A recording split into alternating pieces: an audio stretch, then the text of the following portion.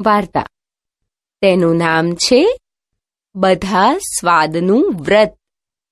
શિરીનના દાદા દાદી, mummy papa અને બીજા વડીલ એક યા બીજું વ્રત કરે. શિરીનને થયું, હું પણ કરું વ્રત. તેણે ઘરમાં જાહેર કર્યું, મારે વ્રત કરવાનું છે. મમ્મીએ પૂછ્યું, ઓહો, એમ? કયું વ્રત? શિરીને ખૂબ વિચાર કર્યો. તેણે બધા પ્રકારના વ્રત યાદ કરી જોયા. છેવટે તેણે ગોઠવીને કહ્યું, ગળ્યું વ્રત. મમ્મીએ પૂછ્યું, એટલે? શિરીને કહ્યું, હું આજે ફક્ત ગળ્યું જ જમીશ. મમ્મીએ કહ્યું, ભલે. મમ્મીએ તો શીરો બનાવ્યો, ખીર અને દૂધપાક બનાવ્યા. શિરીનબેન શીરો જમ્યા, ખીર અને દૂધપાક ખાધા. ઘરના બધાએ પણ પોતાના ભાણામાં શીરો, ખીર, દૂધપાક લીધા. શિરીનને તો ગળ્યું વ્રત કરવાની ખૂબ મજા આવી. તે રાત્રે જ શિરીને જાહેર કર્યું, કાલે મારે ખાટું વ્રત. મમ્મી થોડા મૂંઝાયા. પછી કહે, ઠીક. બીજે દિવસે મમ્મીએ બનાવી કઢી, 2 દિવસ પહેલાના દહીંની. મમ્મી લાવી સંતરા, કાચી કેરી અને લીંબુ. શિરીન તો કઢી ગટગટાવી ગઈ. શિરીને બહુ બધા સંતરા અને કેરીના કટકા ખાધા.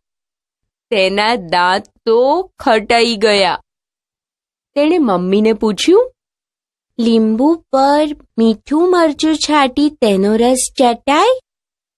મમ્મી કહે, ખાટા વ્રતમાં તો એમ ન કરાય.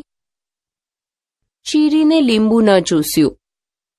ઘરના બધાએ બપોરે ભાત સાથે કઢી લીધી. સાંજે સંતરાનો રસ પીધો. મમ્મીએ લીંબુ આથી દીધા. મમ્મીએ શિરીનને પૂછ્યું, કાલે વ્રત છે કે? કયું? શિરીને થોડો વિચાર કર્યો. પછી કહે, તીખું વ્રત. મમ્મીને થોડી ચિંતા થઈ. પણ પછી તેમણે કહ્યું, સારું. મમ્મીએ મોટા મોટા મરચાં તળ્યા. મમ્મીએ આદુની કતરણ સાંતળી. શિરીન જમવા તો બેસી, પણ થોડી ગભરાઈ. તેણે જોયું કે ઘરના બધાએ પોતાની થાળીમાં 1-2 મરચાં અને આદુની કતરણ લીધા હતા.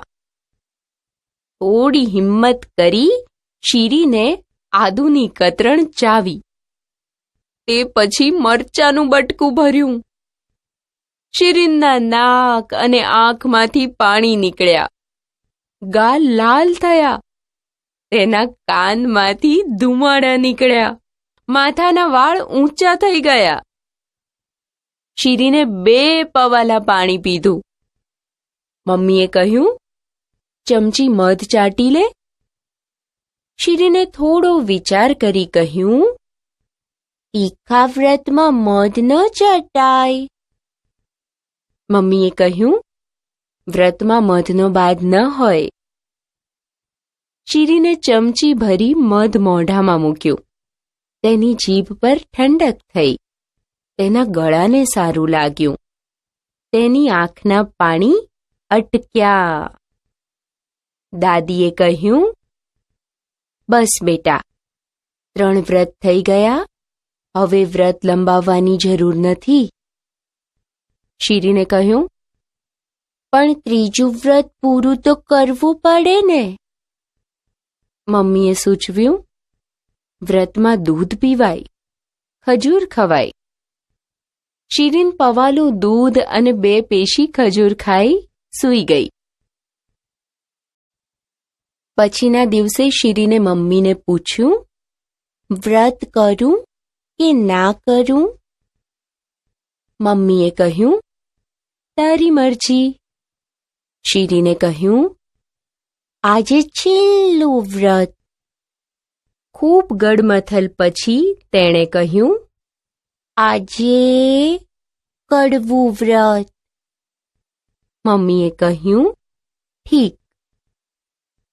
મમ્મીએ તો કારેલાનું શાક બનાવ્યું, ગોળ વગરનું. મમ્મીએ લીમડાનો રસ કાઢ્યો. ઘરના બધાએ નરણે કોઠે કારેલાનો રસ ચમચી ચમચી પીધો. ઘરના બધાએ જમતી વખતે દાળ, ભાત, રોટલી સાથે કારેલાનું શાક લીધું. શીરીને એક ફોડવું શાક ખાધું, એક ઘૂંટડો લીમડાનો રસ પીધો. તેનું મોઢું બગડી ગયું. શીરીન રડવા જેવી થઈ ગઈ. દાદીએ કહ્યું, 3 વ્રત થઈ ગયા, ચોથાની જરૂર નથી. મમ્મીએ કહ્યું, બધા સ્વાદ એક સાથે જમવાનું વ્રત પણ થાય. શીરીને પૂછ્યું, એ કઈ રીતે? મમ્મીએ કહ્યું, જ્યારે પણ જમીએ ત્યારે ગળ્યું, ખાટું, ખારું, તીખું, તુરું અને કડવું એમ બધું જ જમવાનું. શીરીન ખુશ ખુશ થઈ ગઈ. તેણે ઘરના બધાની સાથે દાળ, ભાત, રોટલી, શાક, ગોળ, કચુંબર, અથાણું, છાશ અને મુખવાસ ખાધા. શીરીનનું કયું વ્રત તમને સૌથી વધારે ગમ્યું? તમે કયા સ્વાદનું વ્રત કરવાનું પસંદ કરો? કેમ? તમને કઈ વાનગી સૌથી વધુ ભાવે? તમે આવું વ્રત કરવાનું કહો તો તમારા ઘરના તમને શું કહે?